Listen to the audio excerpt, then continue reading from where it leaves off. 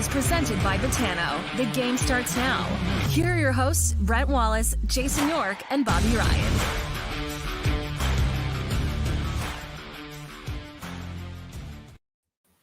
Top of the morning to you, everybody. Welcome to Coming In Hot, brought to you by Botano. Hi, Yorkie. Bobby is off today. Yeah. Yorkie, we are delayed doing the 9 a.m. show to 9:30 because I am frantically trying to find the panic button in here, and I can't.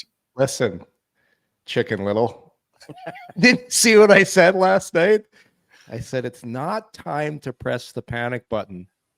Perhaps, though, the protective glass casing that protects the panic button might be starting to slide open a little bit. I'm in case of an emergency, break glass at this point. Smash the glass open.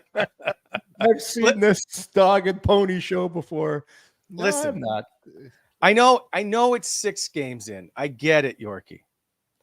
But if you look at the score, you're like, oh, they only lost 6-4. Well, the game wasn't even close to 6-4. We can get to that in a sec. My concern is the way that they are playing, because it looks eerily similar to the last 4 seasons. Yeah. So, first off, with the goals last night, few of those goals, that stuff happens from time to time where you get the double deflection. It caroms off one stick, off the other, goal from behind the net. That's going to happen from time to time during the season.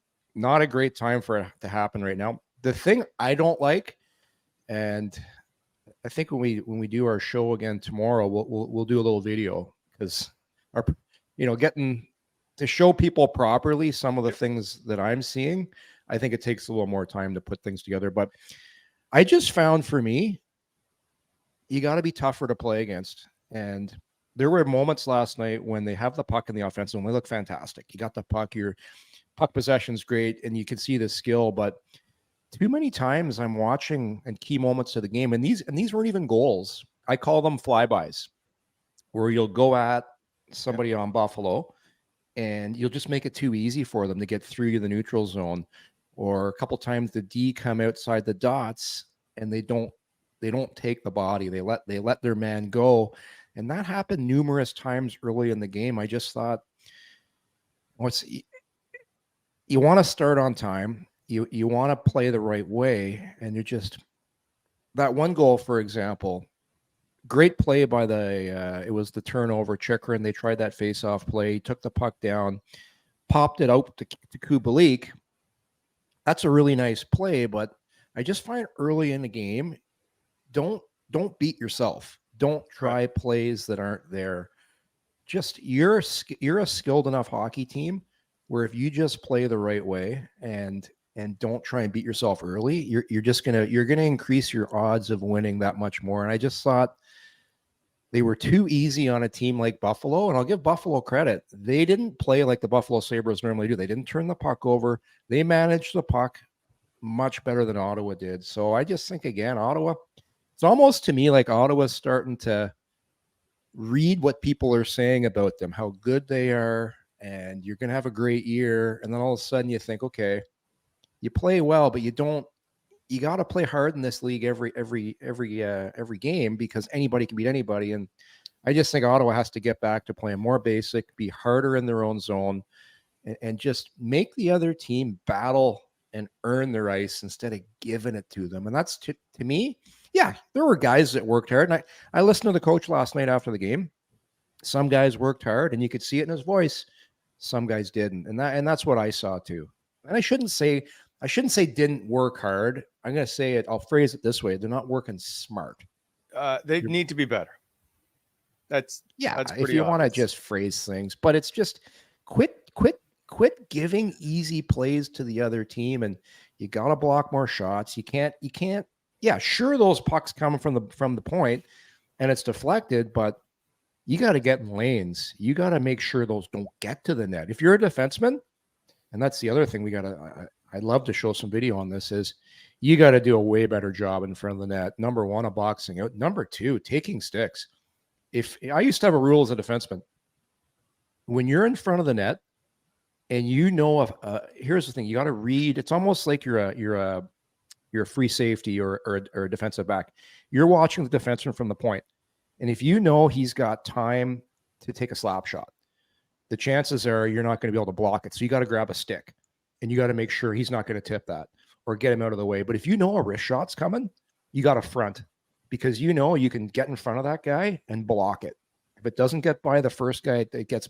And I'm seeing these floaters get through. And to me, it's just the defense got to do a way better job in front of the net of just not giving those easy plays up. Well, who knew that Artem Zub was the team MVP at this point? It's those quiet guys, right? Like he's an important guy, but it shouldn't be like this. And so, Yorkie, here's the problem: and I kind of just alluded to it. It's not. We can all live with off games, and we can live with a sloppy game defensively here and there. But the problem is everybody's heightened awareness of time of year and how this team has started hockey games, for sure, and how they play defensively. And in the first few games, they were great. Scoring chances were down. You didn't see many odd man rushes. Everything seemed to be going. Goalies were playing really well. And then the last two games, all that goodwill that they've made up and done looks completely like another time. Looks like we just went back in time.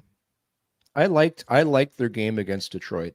I thought they deserved a better fate in that game. I thought they were the better team. I thought Detroit was just more opportunistic. This game I didn't like. I just thought you lost to Detroit. You probably deserved a better fate. I know you had the ceremony and everything, but just again, to me, it's you play a team like Buffalo, you have to make it harder on them to get through the neutral zone, to get to the front of the net. You can't give those easy tips. You can't have the flybys. Here's a lot of what I saw last night. There's a lot of hope plays going on where you're a skilled guy. There's a scrum in the neutral zone. You're a forward. You're skating by. You're hoping to tip it by the D with your stick and get that jump on them. Then you end up on the wrong side of the puck if you don't do it. So it's just you're hoping that something good happens rather than making sure something good happens. And that's you can't play that kind of hockey. And that's what Buffalo usually wants to play. It's like run and gun, hope hockey. Yep. You got enough skill if you're Ottawa where you don't have to hope you get chances. Chances will come from playing good defensive hockey. And they got away from that last night. Then the game got away from them. And sure, they could have used some timely saves at the right time, but Ottawa got what they deserved last night. Now, and full marks, they came back. Good sign at the end of the game, but the score wasn't indicative of what was going on in this game. And to me, too much hope plays and just too easy to get to the neutral zone and too easy to get to the front of the net. We will get to the Brady Tkachuk, Alex Tuck incident in a moment. Plus, we will get to the Anton Forsberg start of the third period incident in a moment.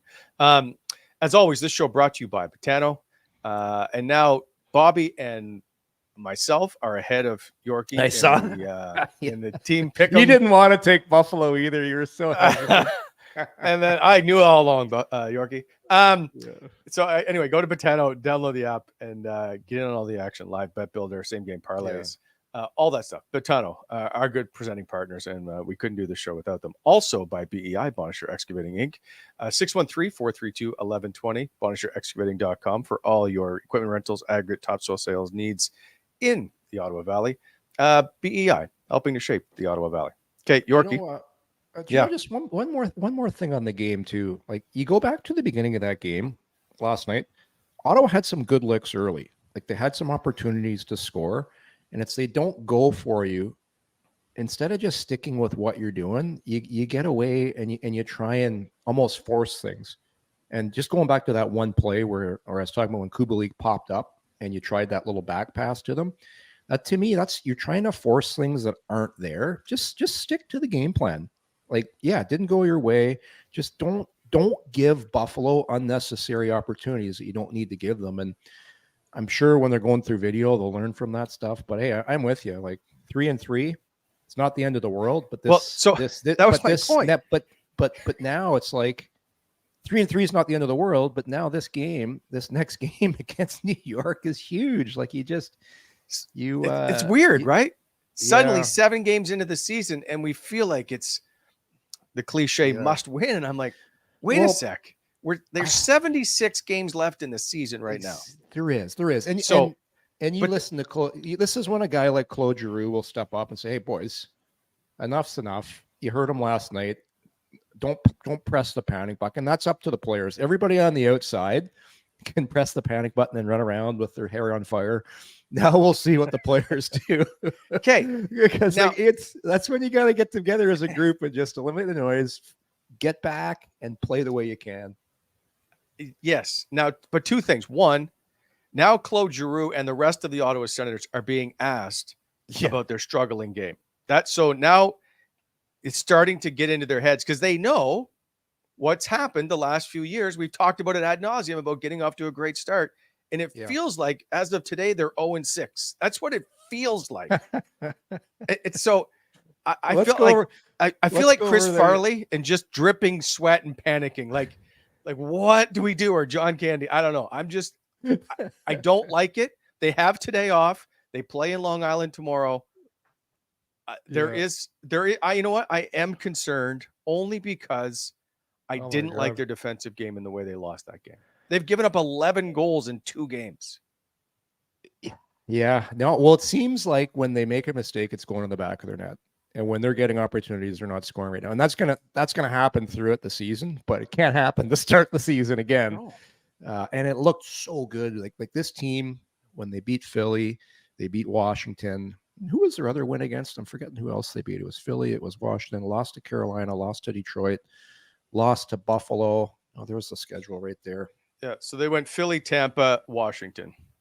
Yeah, scored 5 games in each, 5 goals in each game. Yeah, looked very good in their wins. Scoring goals is not a problem for this team. No, and I think that's like if I'm in that players group right now, and we're talking as a group, and I don't think it's time for a closed door meeting or anything, but it's like, guys, we're not going to have an issue scoring goals. Let's just not beat ourselves. Let's quit turning the puck over. And let's play much harder D. And people will say, well, it's systems this, it's systems that. It's not systems. It's certain moments of the game when players have to do a better job of doing their job. And there's no system that says the defense didn't take his guy in front of the net. That's not a system thing. That's a defenseman not doing his job. There's no system when a guy goes by a guy and does a flyby. That's a one-on-one. Okay, but Yorkie, why do those things happen? They can't keep happening. And to me, at some point, we got to start talking about, and they were talking about it last night in the stands, coaching. Yeah. Well, you could talk about putting certain guys on a certain time of the ice. To me, those plays aren't coaching. They are. If you allow it to happen all the time, that's coaching. Yes, if you allow something to continually happen over and over again, yeah, then you got to make a change. But I'm not firing the coach based off the start of the season so far. Not right now. So take the whole body of work then. Is he your coach? If you could hire a coach today to be the coach of the Ottawa Senators, is it DJ Smith? If I could pick my coach at any coach in the league right now, of course I'm picking somebody that's won a Stanley Cup and somebody that I know is a proven coach. But I don't think this is on DJ so far. I really don't. I think it's on the staff. Well, from what I saw last night, the mistakes that were being made, it's the end of the day, it comes down to the players. The players have to do a better job in certain situations, and it's everybody. It's everybody on the ice. So, to me, when you ultimately drop the hammer and you fire your coach, it's when your players are quitting and they're uninspired and they're not playing. And I don't see that right now. I don't see a team that's quitting. I see a team that's making, it's not like they've gotten off to a horrific start. I need to see more. Okay, let me paint this picture then. So you've had DJ for 4 years now. And so we know the record. We know all this. We know a new owner has just come in. We know possibly changes are going to happen. We've seen Steve Stais come in as president of hockey ops. I'm not saying they're quitting. I'm just saying maybe they're just not listening. I wouldn't buy that, Wally, that players aren't listening. Like when a player goes at a guy and does a swoop and misses the guy, the player knows what to do. He's just not doing a good enough job of doing what he's supposed to do at a key moment of the game. So to me, that's more a personnel issue.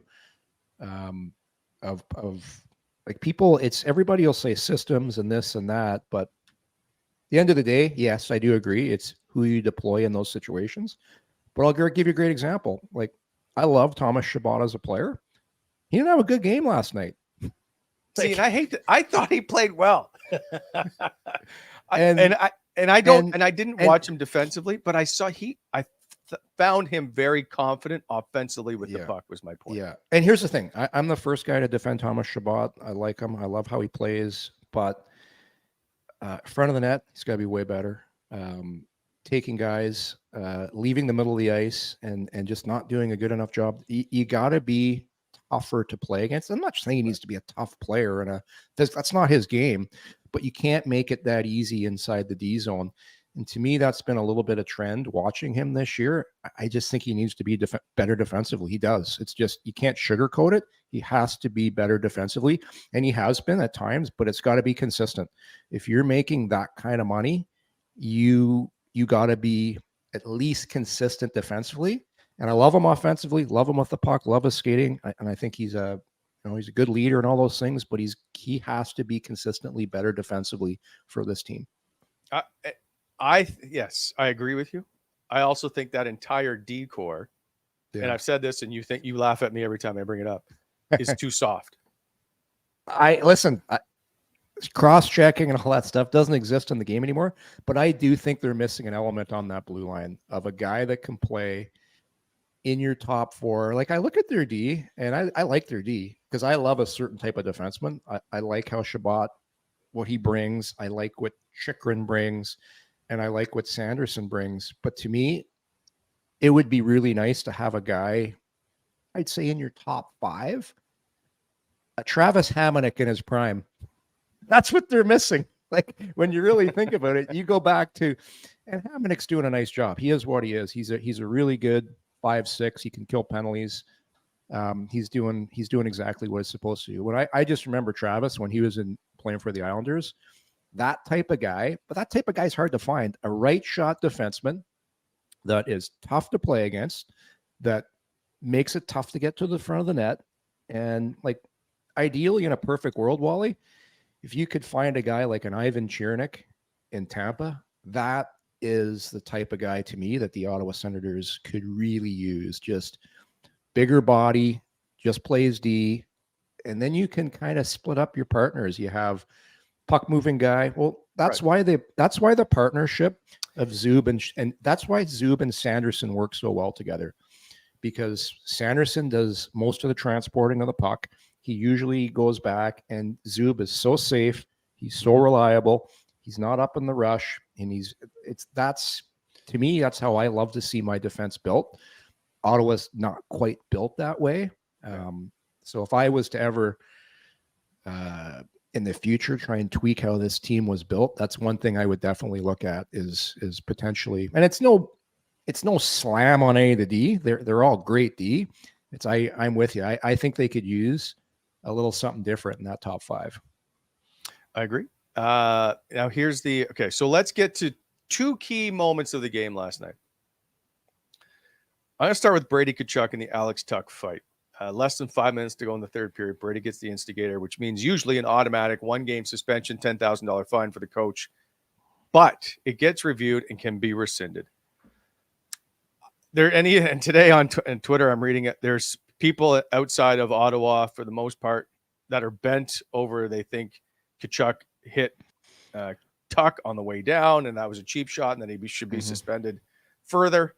I don't have any issue with the fight itself. I think the instigator gets rescinded. Yeah. To me, it was just a fight based on a play on the ice, which is exactly what they're looking for. They're not looking for the stage fight with less than 5 minutes to go. That to me is two willing combatants, and it all started. The play all started late in the game. You're losing. Brady really finishes his first hit on Tuck. He comes in, it gives him a little extra. And Tuck it's high. It's high. It's high. And there's the thing. If I'm the referee, I'm giving Kachuk a penalty right there. You want to defuse the situation. So you blew the call there. Should have been a penalty on Kachuk. All of a sudden, Alex Tuck's pissed. So he sees Brady coming by. A little bit of a sneaky play. Dirty, but not overly dirty. But if you do that to Brady Kachuk, you know he's going to come for you after. Like, Tuck knows it. And then he so to me, it all started first hit, Tuck responds, Brady comes, and Tuck's like, all right, let's go. So I would be shocked if the NHL doesn't rescind this. They're going to look at it and they're going to see exactly what happened. And if Brady Kachuk does get suspended, then I think that's just a botched. But I 99% sure this gets overturned because it's not like this penalty was created, the instigator, to protect guys that don't want to fight in a blowout win. Last 5, the coach sends over a dummy over the boards to go beat a guy up. Send a message, guys. There was no message sent. No. The message was, if you're going to give me a cheap shot, I'm going to stand up for myself. And Tuck thought he was given a cheap shot earlier. So it's 2 guys that are both pissed off. And to me, what do they say? What types of fights do you want in the game? 2 guys. Those are 2-star players. I know Brady's a little different. He's a little different animal, but hey, if you're Tuck and you want to wake up the animal late in the game, you get what you get, right? Just don't poke the bear. Don't poke the bear. Like if it's me, I'm not doing that to Kachuk. I'm going to chirp him or I'm going to yell at him. I'm going to say something. I'm not going to do that because I know full well he's coming to fight me after. Like, here's a great example. When I was playing, all I did was say something to Lyle Odeline once. We were winning. I chirped him. Next time he was on the ice, he grabbed me and made me fight him. I had to fight Lyle Odeline. And how did that go? It's on video if you want to watch it. It's still sitting there. I thank God I was kind of strong so I could hold Odie to make sure he didn't kill me. He's like 225, 230. I'm like $190. But hey, that's part of hockey right now. So I'm surprised too. 2 veteran officials you got to know, like, you really want to have you think that's a big enough penalty to have Kachuk sit out a game for? Absolutely not. No. Now, if he came flying over the boards and jumped somebody and forced the guy to fight, then sure, suspend him. But you don't get suspended for that. Not a chance. And I see the issue of people think that Brady hit Alex Tuck on the way down. And if I'm sitting there with my holier than thou opinion, it would be, oh yeah, he hit him way late on the ice. Mm-hmm. I've never been in an NHL fight. Yeah. To me, that's adrenaline. They're going backward. Like, that's all happening in the fractions of seconds. Yeah. So you can slow it down and go, oh my God, I don't think he hits him late. Well, this is the thing, Wally. If it's a fight where 2 guys drop their gloves and it's almost premeditated and they're going, you're probably not as worked up as that. But Brady was really worked up because I'm not saying he could have been hurt on that play, but he felt knee on knee, sure. Yeah, when you get hit like that and it's unsuspecting and you're not ready for it, that's when you get hurt. We'll go back to, remember in the outdoor game when Crosby wasn't ready and I think it was Steckel? Eric Steckel or Eric Fair. They basically hit him when he wasn't ready. When you're not ready and you're not braced for something, that's when you get hurt, and that's when you get pissed off. And you're extra pissed off when you're losing a game at home when it's an important game. So, hey, now there's no switch you can turn off while you're fighting, and the guy's trying to punch you, you're trying to punch him. That's why it's so tough for the linesman to make sure those shots don't get in. And I'm with you. It was adrenaline, and I'm sure Brady. Yeah, people will say, "Yeah, I wasn't trying to hurt him." Yeah, when you are fighting, you are trying to hurt somebody. Otherwise, unless you're just hanging on, you're trying. Right there. What do you think you fight for? To try and hurt the guy. Here's the one thing, Yorkie, and we'll get maybe the video for tomorrow, is Brady knows Alex Tuck is there. As he loops and makes the swerve or backwards or heads up the ice, He's looked like he turns a couple times and looks up the ice. He knows he's there. So I'm just going to throw this out there. Could he have accidentally, maybe on purpose, found contact with Alex Tuck? Are you a conspiracy theorist here? I don't think so. He knows he's there. Yeah, he stuck the butt out like pretty quickly at the end, though, just to clip him. I don't think so. Like I think at that point in the game, like he was pretty worked up. Yes. Like Brady was trying to But that's my point. Going. Was he trying to? I just want you to bump because he said, I'm going to make you pay. No, I felt he fell pretty awkwardly. Okay. And if he was knowing it was coming, he probably would have looked more fake. To me, that fall didn't look fake. Like he actually looked like he was close to not hurting himself, but he fell awkwardly. And that's why it was. And then when you saw him get up so quick, like he was pissed. So I like your I like your sleuthy inquiry there, but no, I think it's nothing more than two guys are pissed. Maybe Tuck thought he wouldn't fight him, but it's okay. Here we go. I don't think Tuck wanted to fight him. There's that little hesitation at the beginning when Brady's like, "We're going," and Tuck's like, "Are you sure?" I'll talk you out of this. You know what? I'll give Alex Tuck credit though. He dropped the gloves, right? He did. He ended up dropping them. Yep, he did. I wouldn't. It's and knowing you're fighting a guy that like that, it's a hockey fight. Instigator's going to get rescinded if he doesn't. I think it would be an injustice. Okay. So now to something I hadn't seen in a while. I don't think ever. Anton Forsberg takes to the net to start the third period, and then his good friend Travis Hamonic goes, "Hey, you're not playing. You got to go." And then he leaves the ice, and then in comes Corpus. That's a tough one for me. Now, you take me through the room to where possibly this doesn't get communicated to him because somebody somewhere made a big boo-boo. Is Travis like the bouncer or the manager at a restaurant? He's like, yeah, you weren't invited. Yeah, I don't have you on the list here. Well, this is embarrassing. Okay. All I can say was to when I was coaching junior hockey, you tell the goalie. It was obviously somebody forgot to tell him. I think it's as simple as that. And I don't know what the order of business is. Maybe the goalie coach goes and talks to him, and that conversation happens. Maybe at the head coach. I don't know what Ottawa does. I would usually just go to the goalie myself and just say, hey, we're going to switch up to whatever Corpy here. We're going to get him back. Rest up. You've been great this year. Not your night tonight. Simple as that. So I'm sure nobody's trying to embarrass Forsberg. Just a mishap, and the camera, everybody caught it, which sucks. But this is a professional hockey team in front of tens of thousands of people. And I just want to make a point. Greg Hodgins in the chat just says, I was sitting behind the bench yesterday. You should have seen how angry Forsberg was coming off. Yeah, Forsberg's pretty even keeled. Yeah. Hey, we didn't have a great night. Didn't have any puck luck. Should have that one behind the net. Probably still mad about that one. And then he got embarrassed. Yeah. You know what? Guys get embarrassed. But what are you going to do? I don't know what happened. Somebody obviously didn't tell the goaltender. Goaltender feels embarrassed. He's pissed. He'll get over it. Yeah, no question. They'll move on. But the thing that ends up happening is they continue, just little incidents pile up.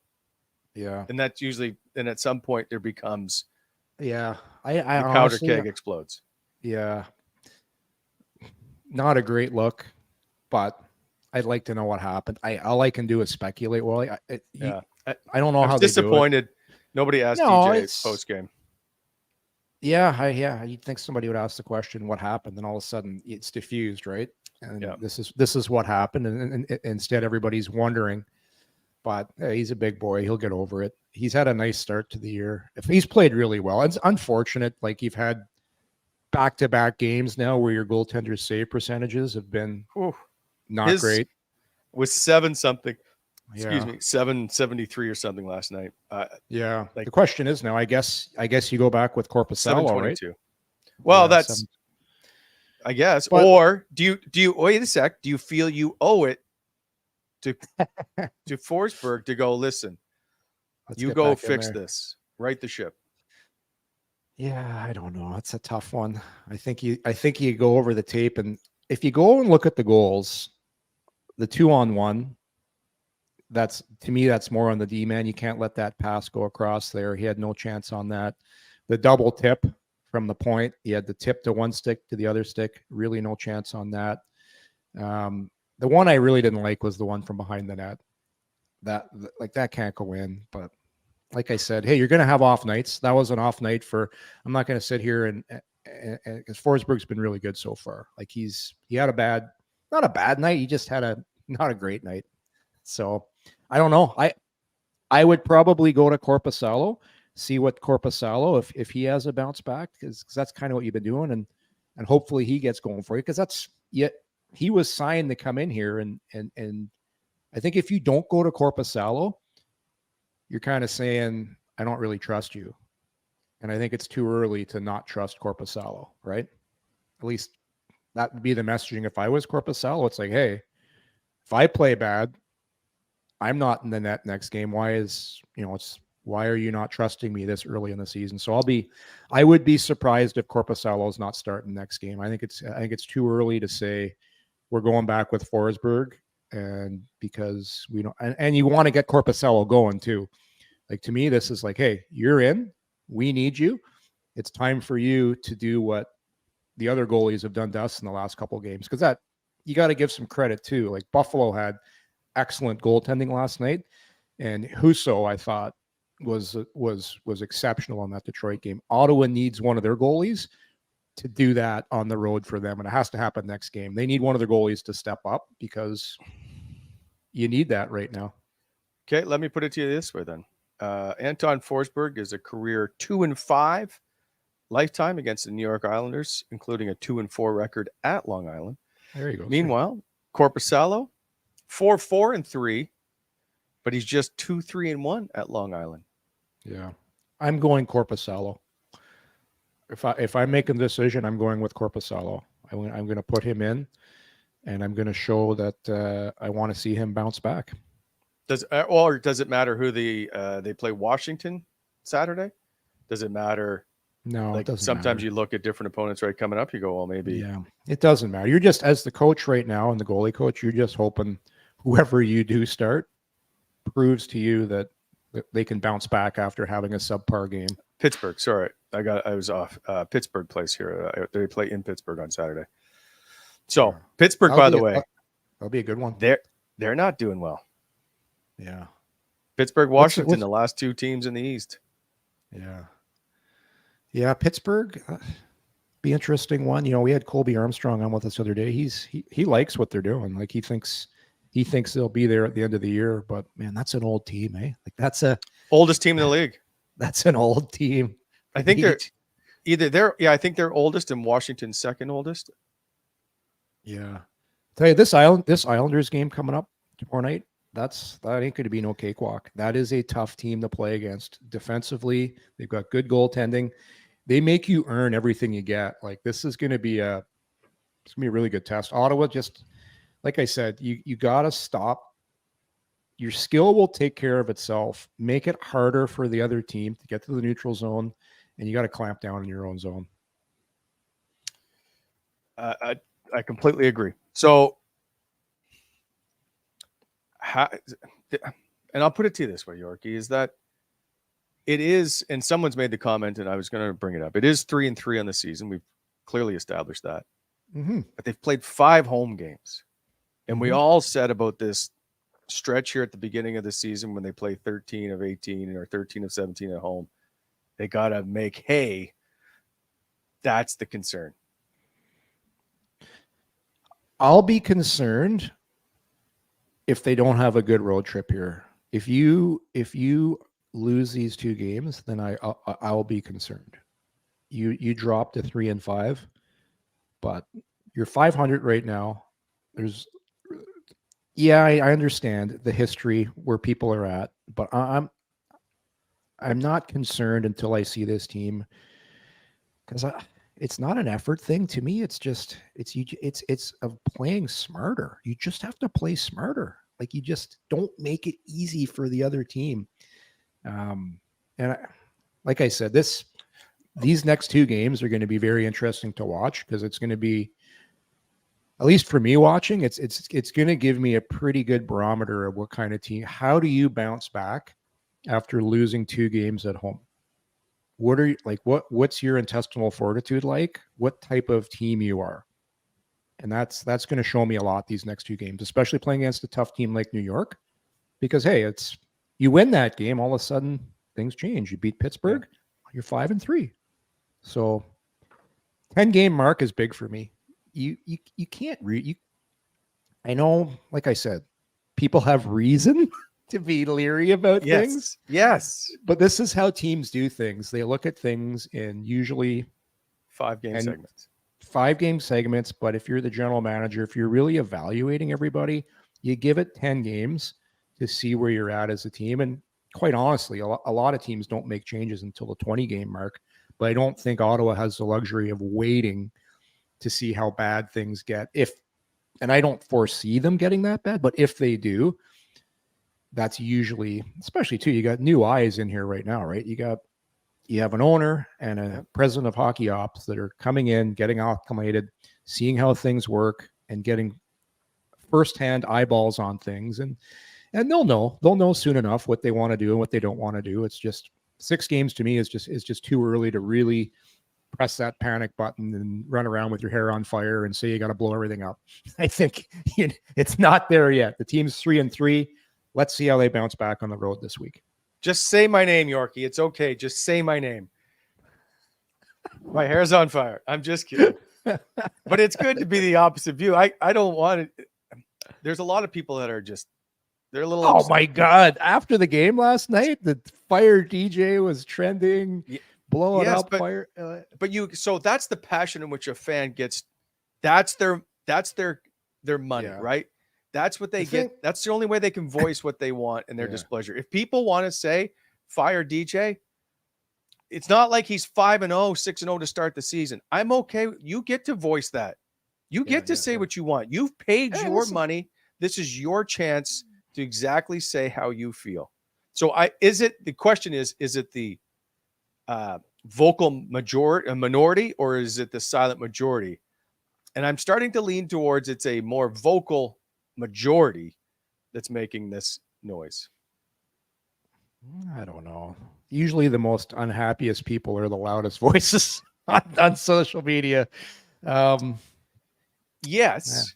But if you're so do you just think everybody at the rink just thought they would all just get involved in the chant because, well, it's fun?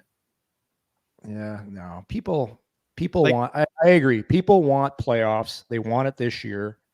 And I think this team should be a playoff. The way they're built, they're a cap team. They're a cap team. So if you're a cap team, you got to be in the playoffs. It's as simple as that. And they're a mismanaged cap team. Well, that's another conversation. If like the fact Pinto's not, like, that's, oh, Jesus, we can talk all day about that. But you know what's amazing too? This team started off better with Norris not playing. And I'm not saying Norris is the problem, but no, he was -5 though last night. But to my point, they were playing simpler because you're missing a player, and it's like, we will play simple. We're gonna manage the puck better. We're not gonna put ourselves in the bad situations. And now all of a sudden, hey, Norris is back. We've now got a 1-2-3. We got a 1-2 of Stützle and Norris. Hey, we're gonna score lots of goals and win, and we're gonna try these plays. And it's you start getting away from high percentage hockey, and that's how you win in this league. You win in this league from playing high percentage hockey. And not beating yourselves. So we'll see if they. Here's what I do, Yorkie. I'm taking Josh Norris and putting him with Tarasenko and Joseph, and I'm moving Ridley Gregg down. And the only Joseph's reason been so good with Ridley Gregg, and Okay. you got to get Tarasenko's producing too. Drake Batherson, Josh Norris, and Dominic Kubalik are horrendous defensively. You can't leave them all together. What were the plus minuses last night? Josh was a career high or low, depending on how you want to view it. -5. Drake Batherson -4. Dominic Kubalik -3. Yeah. Now, if Bob was here, he'd say, it doesn't matter. But then again, he does know that those numbers are extremely high. And one of them, -5 was -5 the empty netter. Yeah. And he was on for some of the one from behind the net, I think. Well, probably on for all of them pretty well. Yes, that because he scored a goal. Well, it's power play. Power play wouldn't count. That was the backdoor power play. He doesn't miss from that spot, but like I watched Norris pretty closely last night, and I like Norris a lot as a player. And that's one of the things I was noticing. It's like there's piles in the neutral zone, and you're kind of hoping the puck gets poked by to you so you can get a 2-on-1. You can get an outnumbered rush. It's instead of being on the right side of the puck, too many times, it's not just Norris, like a lot of their forwards in last night's game, you just be on the defensive side of things. And they got to do a way better job of getting in front of the lanes. You can't let those little wristers get to the net. You hear coaches talking about layers. You got to have your first layer, your second layer, and everybody making sure that front of the net, those little squibblers don't get through. Because when they get through, well, we saw what happens. Bad things happen. But I don't know. I don't know if I would break up. Like Joseph he was good again, and so was Tarasenko. I want to make this clear. This is not because I want to break the lineup. I think they played very well. Mm-hmm. I just think Ridley Gregg needs to maybe be the defensive conscience between Kubalik and Batherson. Mm-hmm. Mm-hmm. Well, that's how many games now has Norris played since he's been back. What's this game number? 3. He's played 3. I would say that first game when he played extremely well, you're playing that game on adrenaline because you're not in game. You're not in game shape. So you didn't play any exhibition games. You got into game 1. Ton of adrenaline carried you. Hey, he's got to be better defensively. You can't argue that -5, but I give him a little bit of rope because to me, that's what happens. You're playing yourself back into game shape. I'd give him another game. Give another game and see what happens. If they have another stinker like that defensively, then 100% you got to break him up. But I want to see more. It's evaluating a guy after he's missed that much game time. We threw the stat out there a couple shows ago. Was it 200 and some days where he hasn't played a game? 270 days, yeah. 270 days. So good thing is he's scoring. Bad thing is he was -5. But again, that's one of your highest paid players. You need him now to start stepping up. Should start being in better game shape now, feeling better on the ice. And it does take a while, man. I tell you, I missed all training camp one year. I know Josh had training camp, but getting up to game speed and everything that happens, it does take a while. Camp. Who, Norris? Yeah, he did. Not really. He was skating around the ice playing D. He didn't play any games.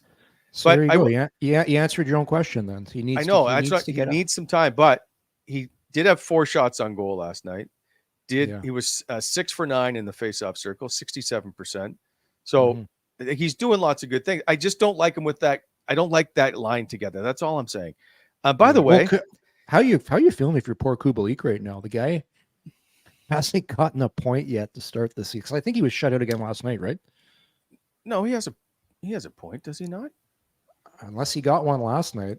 I feel like he's got a goal or an assist. No, he doesn't have any goals.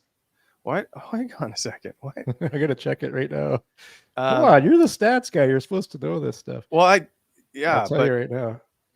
He's got nothing across the board. I thought he had a point. Oh goodness. No, he made a play a couple games ago. He hit the forward on the forecheck. It bounced to Batherson, and Batherson put it out to Norris, and they scored. So he made the play, but didn't get a point. Last night again, same thing. Sorry about the dog. Okay. Behind the net got involved, no point. But if you're a guy that's used to getting 20 goals, putting up numbers, you're in the last year of your contract, you're on a 1-year deal, you're starting to get a little nervous. Like it's starting to get, it's not the, you got Tarasenko on one hand, who's leading the team in points. People can say what they want about him 5-on-5, but he's producing, right? That's what he's paid to do. Yep. He's paid to produce. Would you still rather have Pinto in your lineup over Tarasenko? Yeah, I would. But Tarasenko's doing. Wait, you want Shane Pinto in your lineup over Vladimir Tarasenko? 1,000%. Really?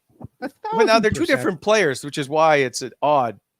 Vladimir Tarasenko leads your team in scoring. He's got 4 multi-point games. Yeah. And listen, I'm not going to sit here and say he's doing exactly what he should be doing. Putting up points. Mind you, he got a goal. He got the 1 goal and a 5-1 and then another goal. So those aren't really key points at key moments. And I think the game before he had a couple. It's where you're getting those points. But hey, I'm not going to discredit him for what he's doing. But I just look for me where the Ottawa Senators are in their development. Yeah. I'd rather have the right shot center in my lineup versus an aging player that's not going to be with your team long term. Like, come on, like really? You're actually asking me that question? Yes, Vladimir Tarasenko has like 6 30-goal seasons. Yeah, these are not the same type of players, though. Vladimir Tarasenko is an elite offensive hockey player. Right? I don't care the way he struggled last year or whatever. This guy can put up points. Shane Pinto has played 99 career games. Yeah, for me, and this is just me, I'm building my team to have a run in the playoffs next year. I'm building it to be a playoff team this year, for sure. And then next year, I could see this team making a run. So I look at where Shane Pinto, he plays this year, has another great year, building off his 20-goal season, being why are they losing right now? Because they're not great defensively. Shane Pinto is going to be your third-line center, most likely for the future, that's got a defensive conscience. He's a right shot taking draws. So right now, you've got Ridley Gregg, Josh Norris, Tim Stützle, all left-handed centermen. Like, come on. A right shot centerman that's young is going to be part of your core for the future, or a guy that puts up points that's going to be with you for 1 year. Come on. Like, who do you think I'm taking? But you also, and people are starting to mention this in the comments, Vladimir Tarasenko threatened to kill Dylan Cousins last night. Hey, you need that fire.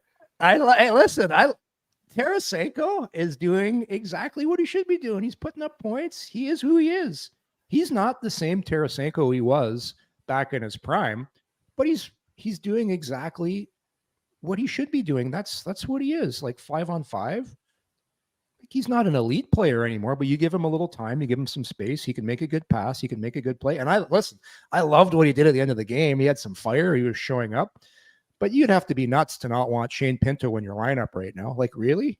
And don't forget, I get it. But don't forget, Pinto is only going to cost you whatever, 2.5. So you got another 2.5 to sign somebody else to help your depth. So it's like I said, why is Ottawa losing less? Why are they losing? Are they losing because they're not scoring enough? Why are they losing? Because they don't want to play defense. So do you really think you need more goals? Is that the reason why you're losing? We cheer for more goals, Yorkie. Defense is boring. Light the house on fire and get up the ice. It's just a shame that Pinto's not here. He's part of your future. He's part of where this team needs to be.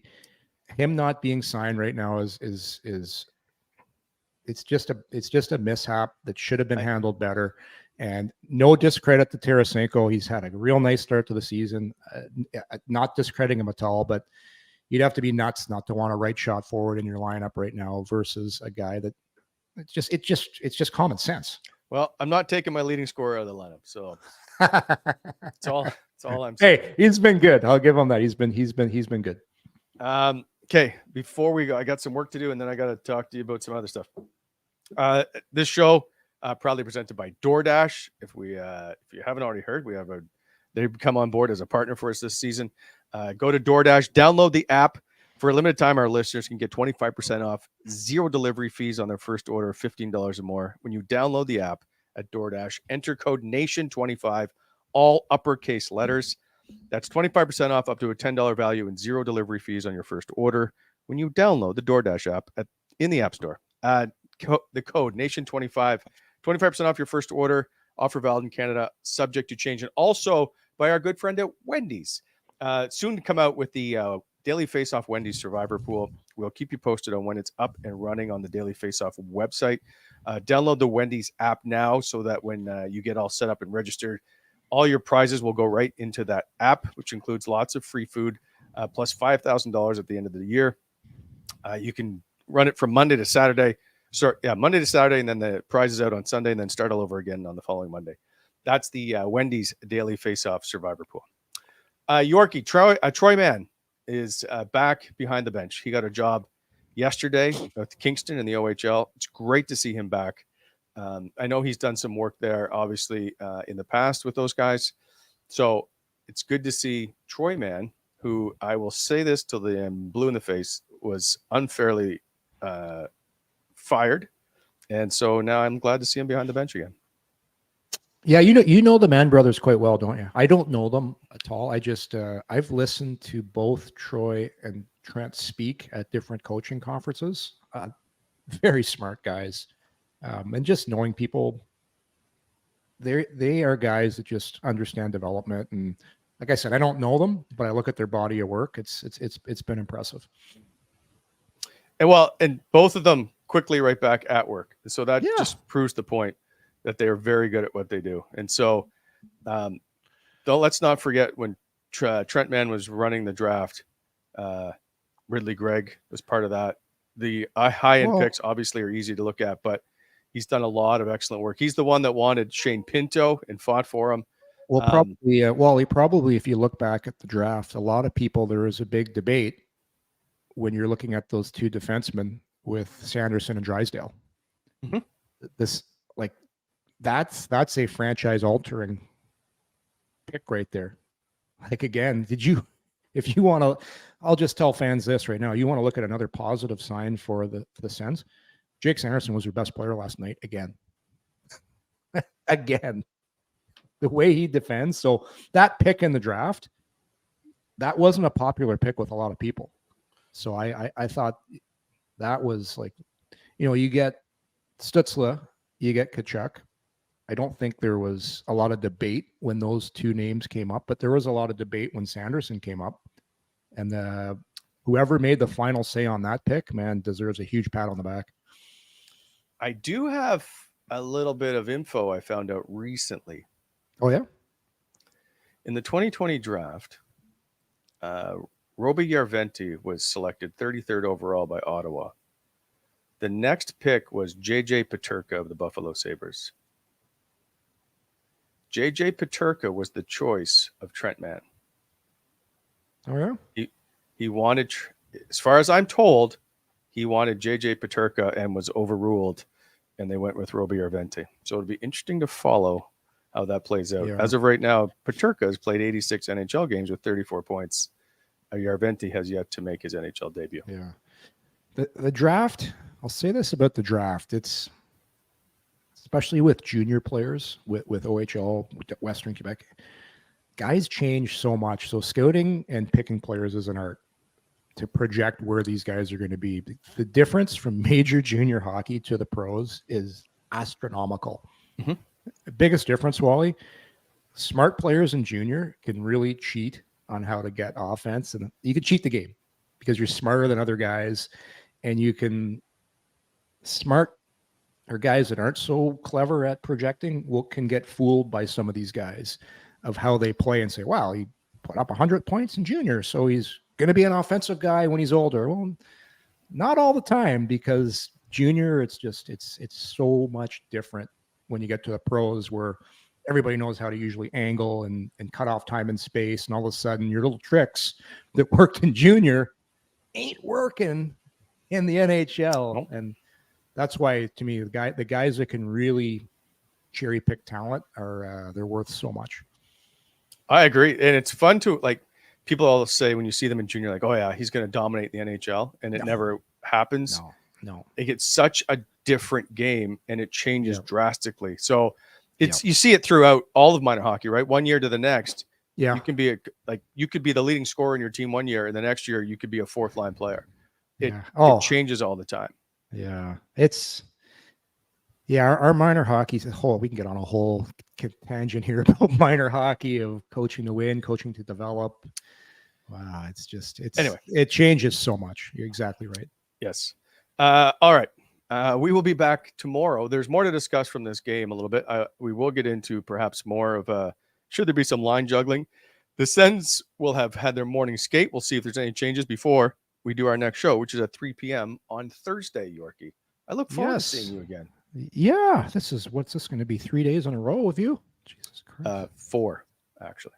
Oh, God. See, they just fly by when you work with me. I'm going to need a long weekend. Go back to your yoga class, okay? I'm going to get some cryotherapy later. Going in the freezing cold minus 140 chamber. I can just wait a couple of weeks. You just walk outside. Yeah, we're almost there, right? All right, everybody. Thanks for watching, Yorkie. Thanks for hopping on. Our half-hour show went an hour, so we'll do this again tomorrow. All right. See you, Wally. See you, everybody. Coming in Hot is brought to you by Botano.ca. Please hit that like button and subscribe to our channel to never miss an episode.